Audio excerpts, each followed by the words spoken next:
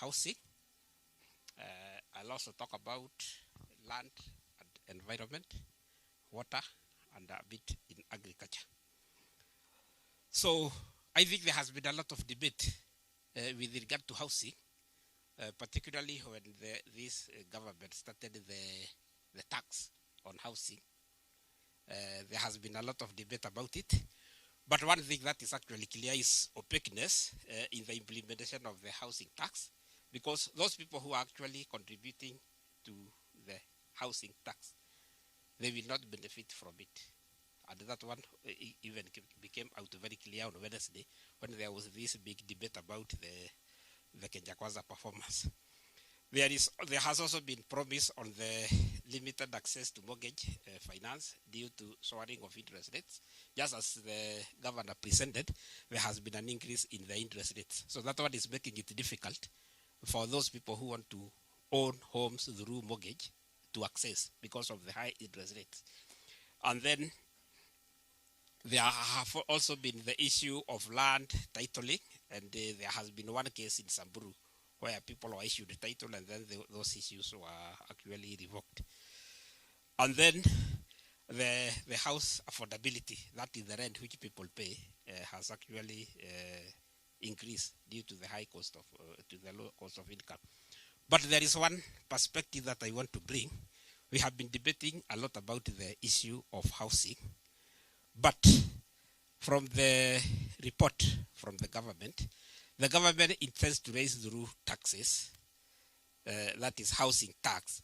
It is actually supposed to generate 73 billion, but 50 million houses. No, 250,000 houses. What does that mean? On average, the unit cost per house is 292,000. The big question is, what kind of a decent house can you build with 292,000? Let me give a very practical example. If you have just started, maybe sometimes you bought a small plot in Syokimau, or even a small plot in Kitengela, in Rangao, in Onkaterongai, because in Rongai now you cannot get a house just next to the main road. You have to move to cross the river and go to a place we call Rangao or even Tuala. If you have that 1/8 plot that you bought, and you just, and because for a middle income family, an ideal house is a 2-bedroom house. If you are to build a 2-bedroom house in Langao or in Kitengela, it will roughly cost you 1.5 million. So if that is the case, then with the 73 billion, which the government wants to use to construct 250, it can only, they will be very lucky to construct 50,000 houses per year. Because if you divide 73 billion by 1.5 million, that one will be about 49 point something. So this government will be very lucky to construct 50,000 houses. So that target will not be met. And it is, and we even do not know who will benefit from the few that will be constructed. So that one, the issue of housing, no wonder there is a proverb who says that is a stupid idea. I may not be at the luxury of using that language, lakini jijazie wewe mwenyewe. And then there is the issue of water. As we have seen, since this government took over power, they have been running to open small. In fact, the amount of money that they spent to go and open a tap of water is more than the money that was used to construct that project of water. So why waste so much? And sometimes they even use a helicopter to go and open a water tap in Kiambu. So you can see. And I can even go back to the housing that I have just mentioned. When you talk about the 73 billion, we are not sure how much money will be used for administrative cost. Because even to go and open a housing scheme in Ruai, they will have to use helicopters. So the 73 billion may actually not go directly to the construction of the houses. Because there will be so many administrative costs. So we are waiting at the end of the year when Kenya National Bureau of Statistics publishes this statistics through the economic survey. We shall see how many houses have been constructed by the government using that money. But as you can see, is very serious. So the other thing that I would like to talk about, the water towers are very important. That is where the rivers that actually supply us with water, they raise from the Mau Highlands, the Aberdares, the Cherangani, Elgon, even some parts of Kilimanjaro, even the Mount Kenya and what have you. But you see, this is very ironical in our country. When we are in an international conference, we pretend to be climate change experts. We even host an international conference on climate change. But internally, we are allowing people to log. So what does that mean? We want to attract credit, carbon credit money, but we are destroying our own natural resources, which give rise to our water. Remember, Kenya is a water deficient country. So when we start experiencing drought, it is because we are not managing it is because of our reckless decision of allowing logging to continue. So, and then there is the issue of agriculture. Okay, just as the governor said, we have fertilizer, but that baba harvest is because of good rainfall. So, instead of putting measures to stop relying on rain-fed agriculture, we are still talking about fertilizer all the time. And the other thing, just as the governor said, we have to link whatever I am presenting, I link it to what the governor said. He talked about how the cost of living is going up. But the cost of living is worsened when the prices of goods and services go up, and at the same time, your income also goes down. How is that happening? The farmers, the prices being paid for tea, coffee, macadamia, and other products, they're actually going down. So that one is actually worsening the cost of living. And a lot needs to be done with regard to that. So I have also talked about that. But finally, in fact, I am the presenter who has taken the shortest time possible, because I am always a man of very few words. But, okay, that one is not in our slide. But there is one mess that we are doing as a country. As we all know, everybody in Kenya, we have always been talking about Vision 2030. And Vision 2030 is about 6 years to end. 2030 is just about 6 years to come to an end. And even we have been planning using Vision 2030. But since Kenya Kwanza took over government, when we left the government in December, we were supposed to have come up with medium-term plan 4, which runs from 2023 up to 2027. It is the one that is used to implement the Vision 2030 or the projects in the Vision 2030. But so far, the budget has been read, but there is no medium-term plan that has been launched for the government to start planning and also meeting the aspiration of Vision 2030. And even the Finance Act is very clear. Before any government ministry or even agency is allocated money by the National Treasury, the APFX says that you must have a plan. Even for the county government, for them to start receiving money from the national government to implement their plans, they must have what we call the county integrated development plans. But when at the national level we have not launched the medium-term plan, we don't expect the counties to follow a good example of the national government. So the implementation of Vision 2030 under the KK government is actually doomed. I rest my case. I now take this opportunity to call Wakili Paul Mwangi to make a presentation on his area. Thank you very much. My area is about legal and constitutional. And first and foremost, our marking scheme on legal and constitutional issues is Article 10 of the Constitution, which provides for national values and principles of governance. And our take is that on all aspects of Article 10 of the Constitution, the Kenya Kwanza government has performed below par on all aspects of that article. We have split this presentation into different fields, and there are 7 of them. The first is on the issue of human rights. And on human rights, we have seen a return of political arrests and intimidation. The surprising thing is that the people doing this are the people who complained in the previous regime that they were being politically intimidated through arrests and charges. They have now brought that themselves, and we have given two very egregious examples. First, Baba's security man was arrested and kept incommunicado for 3 days when he could not contact anyone, and when he was kept without food and interrogated, which was a clear attempt at intimidating Baba. We have also given what happened to the blogger, Pauline Njoroge, which was see as an attempt to make sure that they silence any person in the media who would want to tell the story of Azimio. The second part of human rights that we have dealt with is the issue of police brutality.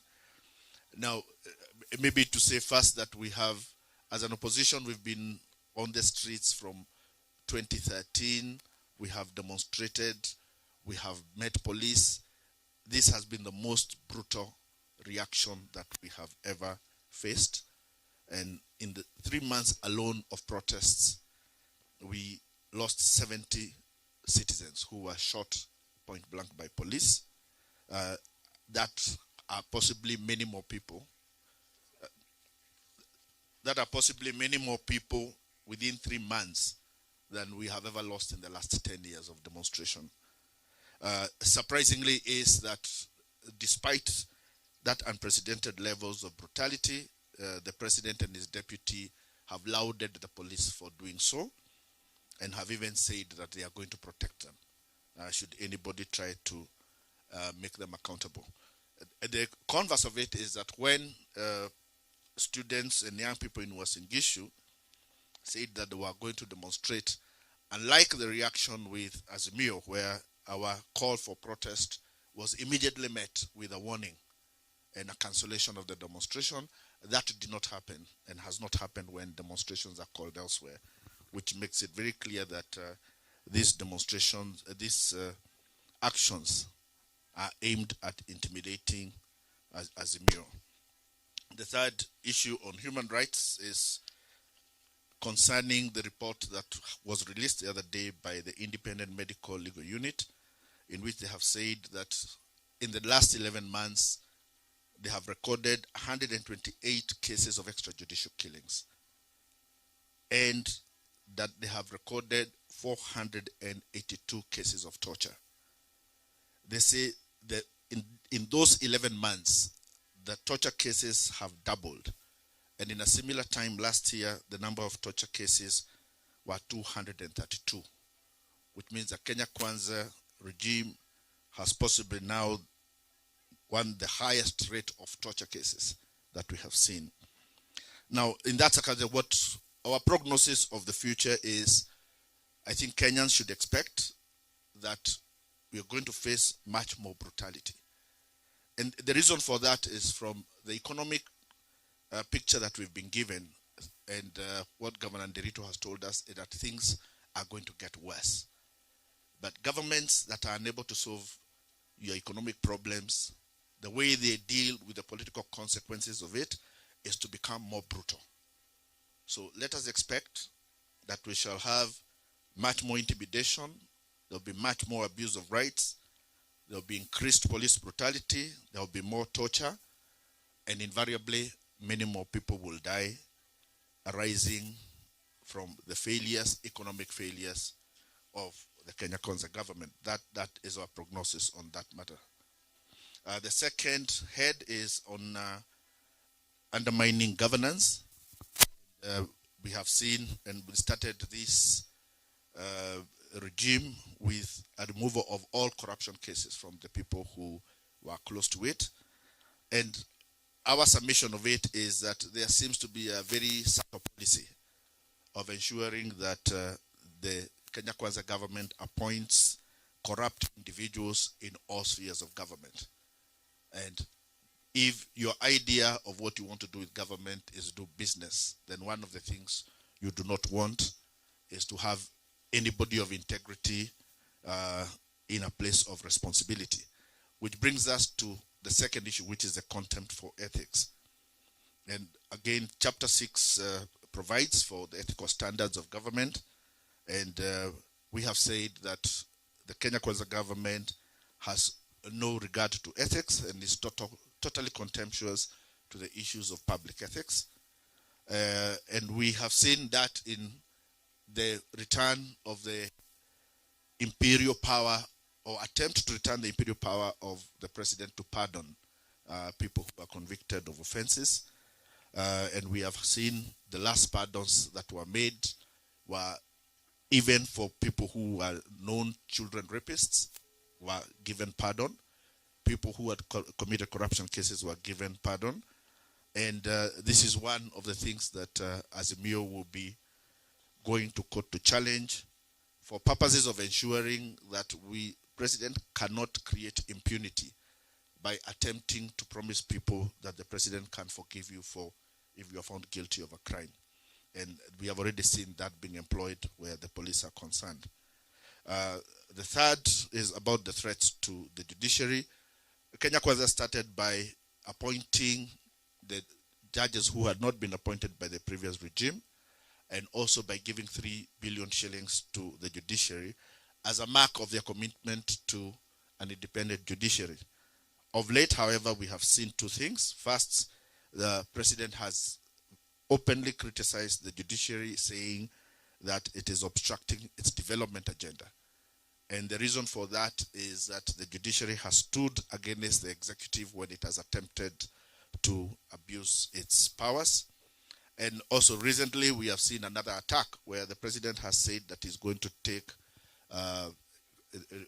action on corrupt judges. Now, we have a Judicial Service Commission, and it is the Judicial Service Commission that deals with all issues concerning judges.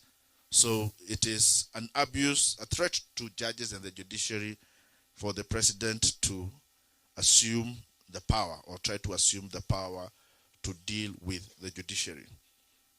The third limb under interference with the judiciary is subversion of the course of justice. And this has been because it has emanated from the threats to people who had cases of mumias, who are told that they have to withdraw their cases. That is a denial of access to justice. Access to justice is a constitutional right directly guaranteed by our Constitution 2010.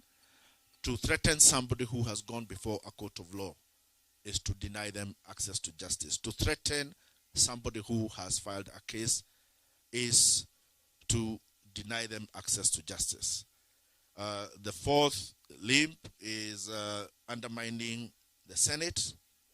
And on this one, we are talking about the case of the Finance Act 2023. I will not go further into that because Azimio did file its case against the Finance Act, and we were heard earlier this week. A judgment is going to be delivered, I think, on 24th of November. So we will wait to hear what the High Court has to say about that. The other issue is abuse of environmental rights, which PS Saitoti Turome has also talked about, and I am not going to go back to that. And then there is the undermining of multi-party democracy. First, to say that the regime keeps saying that it welcomes opposition, but on the other hand, it is doing everything to ensure that there is no opposition. And it has done that by attacking Jubilee and entering into the affairs of Jubilee. And even while the leadership of Jubilee has been in court, the president has openly recognized a faction of Jubilee as the legitimate function, which is the court that is supposed to pronounce as to who should be in charge. And then we have seen the buying of the members of parliament of ODM party, an issue that ODM has taken action on, and I will leave it at that because I believe that is also in court. The last issue we've dealt on this is inclusivity.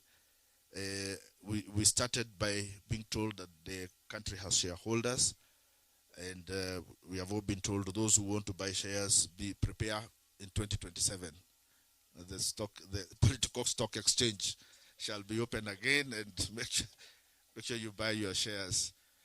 So, and we are saying that policy continues.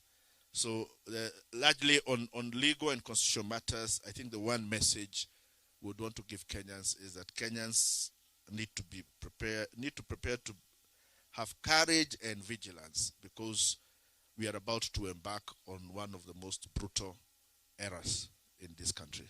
Thank you. Thank you. Dr. Karogo, I think in fact the whole team should stand. If there is a question you have before the technical team exits and the principals give you the sum of what we have said, and Dr. Karogo, I believe, has one additional point. Are there any explanations the media would like? Okay, I just wanted us to speak about the issue of credit rating. All credit rating agencies have downgraded Kenya from a double B, I think we're now going into the C's, to a country that is not credit worthy. And that, like I said, you can see what's going on in the stock market. When the stock market goes down, what essentially investors are saying is that we don't trust this regime. We cannot give you our money because we cannot trust you to pay. So a big story is also told by global credit rating agencies, which all have agreed to downgrade. And we saw the African Union, I think, trying to fight back for Kenya, I think through the influence of this regime. But those figures are scientific. Kenya is not credit worthy. Thank you. I also wanted to emphasize on what I talked about the cost of housing. And just as the governor presented, when we see the cost of petroleum going up, fuel, etc., they also affect the cost of construction, because all the material must be transported to the site. We also know that a lot of taxes has actually been put. Like the cement, we used to buy cement last month at 680, but now it is at 720. So this increase in the cost of construction material is not only going to affect the government in achieving its housing projects, but also the private sector will also be affected. That point must be taken into account. The cost of construction material is actually skyrocketing because of the cost in transport as a result of cost in increase in fuel. I thank you. Any questions of a technical nature? Policy questions the principals would deal with. Well, excellent. Thank you very much indeed. Thank you very much indeed. So, a difficult, dismal, disastrous year. Take your pick. May I now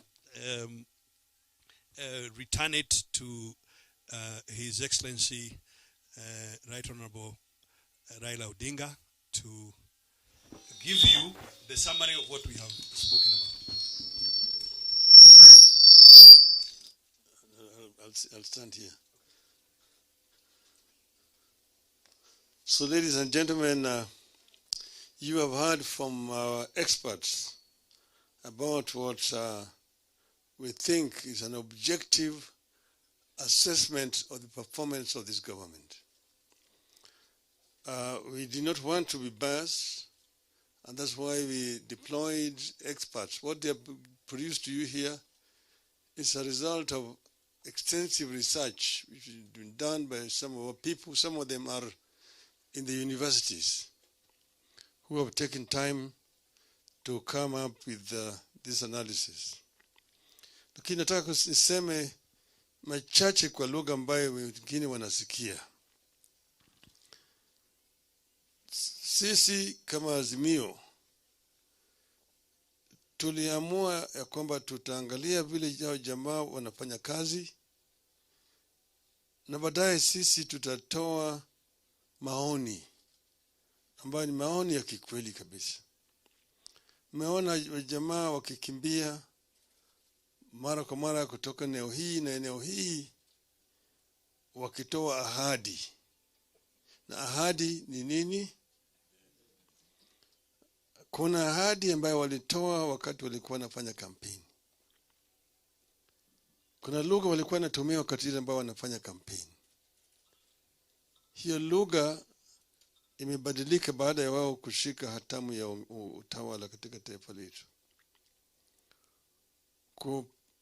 Katika eneo tofauti tofauti wamekuwa wanatoa ahadi tofauti tofauti.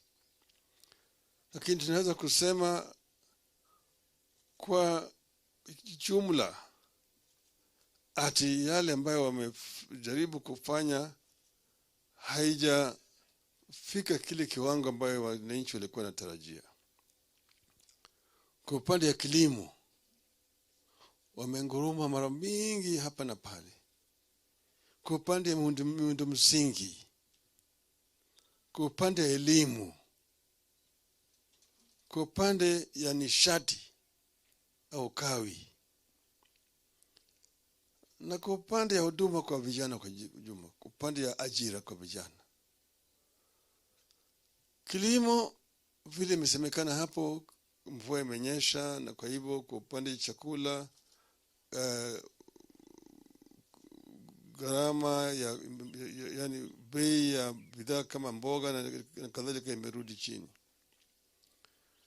Kwa upande ya miundo msingi, kwa upande ya barabara na kadhalika, wamekuwa wakizindua zile barabara ambazo zilitengenezwa na serikali iliyopita. Wamekuwa wanakimbia pande hii kuzindua miradi ya maji. Gharama ambayo wanatumia kwenda kuzindua hiyo miradi ya maji hata inashinda pesa ambayo imetumika kutengeneza hiyo miradi.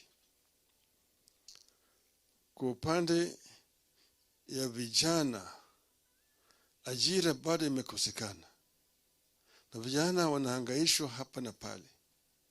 Eneo zingine kwa mfano mkoa wa Kati, eneo hii ya mlima huko, vijana wanahangaishwa hapa na pale, ati wanaingia katika mambo ya ulevi.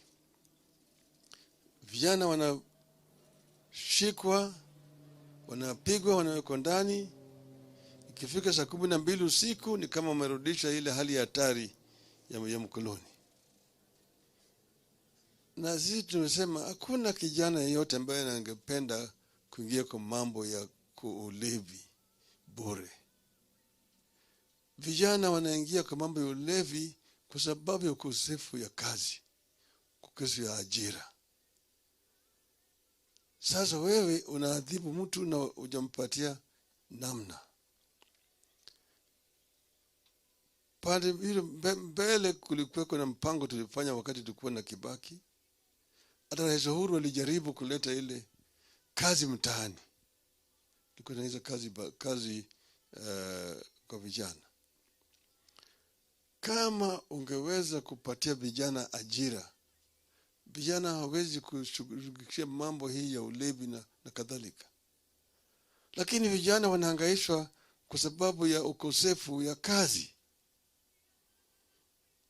Kwa mambo mengine ni mambo ya ugatuzi. Ugatuzi tulileta ile huduma ije karibu na wananchi. Na katiba yenyewe imetenganisha zile mambo ambayo yanatakikana yatekelezwe na serikali ya ugatuzi. Lakini hii serikali ya Kenya Kwanza au Kenya Kwisha imeingilia mambo ambayo yanatakikana ifanyike na serikali ya ugatuzi. Unaona, kwa upande ya kilimo wameingia sasa, wao ndio wananunua mbolea, wanagawanya kwa serikali ya county. Lakini kilimo ni moja ya ile sekta ambayo imegatuliwa. Wameingia kwa upande ya hiyo ya kununua mbolea na kuleta kwa sababu ya mambo ya ufisadi. Upande ya ujenzi ya manyumba, hiyo vile vile imegatuliwa. Lakini sasa wanataka wao ni wanakuja wanajenga manyumba alafu wanapatia serikali ya counties. Kwa upande ya masoko wanataka wao ndio wajenge masoko ndio wapatie serikali ya counties. Kwa upande hii ya industrial parks na kadhalika. Kwa upande ya mabarabara yote wameingia, na hii yote ni kwa sababu ya mambo ya ufisadi. Ndio unaona hapo tuko na shida vile vile, hapo tumewakosoa. Kwa upande ya utawala kwa jumla, Bwana Mwangi ameongea juu ya mambo ya state capture ya institutions. Mliona juzi mfanyabiashara mmoja anatishwa, anaambiwa ati mambo ni matatu: uhame utoke Kenya, pili ni kuweke jela, au tatu ni kupeleke mbinguni. Haya yote ni matamshi ambaye mtu ambaye anajiita rais hawezi kutumia kutisha wananchi. Na vile vile tuma mahakama sasa zimeshikwa mateke. Unaona vile jamaa anamwambia mheshimiwa Okia Omtata, ambaye alikuwa amepeleka kesi mahakamani, ati unaharibu wakati yako. Mimi ni rais, huwezi kunishinda. Nitakushinda hata kule kwa mahakama. Kwa hivyo tayari yeye amejua matokeo ya hiyo kesi ambayo bado iko mbele ya mahakama. Bunge vile vile imetekwa nyara. Bunge imetekwa nyara wakati huu. Ameingilia hata kwa upinzani, vyama vya Azimio kama vile Jubilee. Wamechukua wabunge wengi pande ile, wanataka kuchukua Jubilee sasa iwe atini moja ya vyama ya Kenya Kwanza. Wanaingia vile vile kwa wabunge wa ODM. Wanaona vile wanavyoongea, vile wanavyosifu serikali, watafanya pamoja na serikali, na wao wanasema wao ni wanachama wa ODM. Haya yote ni kuhakikisha kwamba hakuna upinzani katika bunge, kumaliza vyama vya upinzani ili Kenya irudi katika utawala ya chama kimoja ya mama na baba. Kwa upande mwingine, umeona vile gharama ya maisha imepanda. Na juzi wameongeza tena bei ya mafuta, ambayo itasababisha kuongezeko ya bei ya bidhaa na gharama ya maisha katika taifa letu. Jana tumeona kama ile shirika yani waajiri, Federation of Kenya Employers, ndio naongea wakilia kwa niaba ya wafanyikazi. Chama ambaye imewekwa pale nitakana ikuwa inatetea wafanyikazi, ambaye ni KOTU, imenyamaza kimya. Hatujasikia KOTU, sauti ya KOTU hata kidogo. Bwana Atuli hayuko pale yote. Shenzi sana. Hii ndio wakati ambaye KOTU wangekuwa kwenye mstari wa mbele, ikiongea kitetea wafanyikazi, gharama ya maisha ikipanda. Lakini sasa yule shirika ambaye ni waajiri ndio inaongea, inalia kwa niaba ya wafanyikazi. Kuna kitu mbaya zaidi na ambaye imefanyika hapa. Hiyo vile vile ni state capture. KOTU imeingia katika mfuko ya serikali. Sasa kati nyingine sisi tulisema ati punda imechoka. Tulisema punda imechoka. Leo tunasema punda imeanguka. Mzigo umekuwa kubwa zaidi, sasa punda imeanguka chini. Wakati itafika, hivi karibu inakuja, tutaongea na wananchi.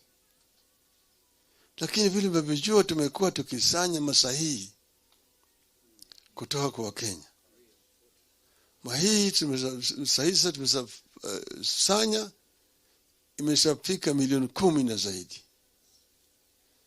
Sasa imetosha gari. Na tunajua yale kile ambayo tutafanya na hiyo sahihi. Mara hii haitakuwa sisi tunaambia wananchi warudi kwa barabara.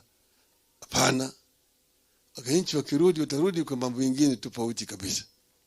Sitaki kusema wakati huu, manake nitakuwa mimi nimetoa maneno mapema.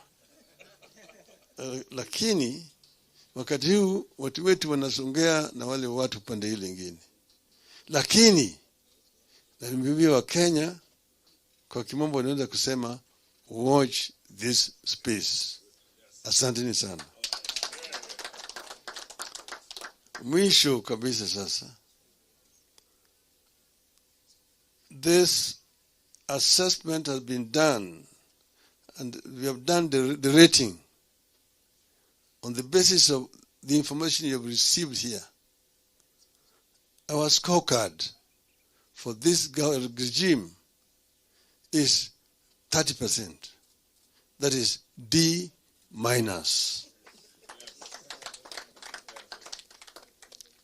Asanteni sana. Do you understand anything? Asanteni sana.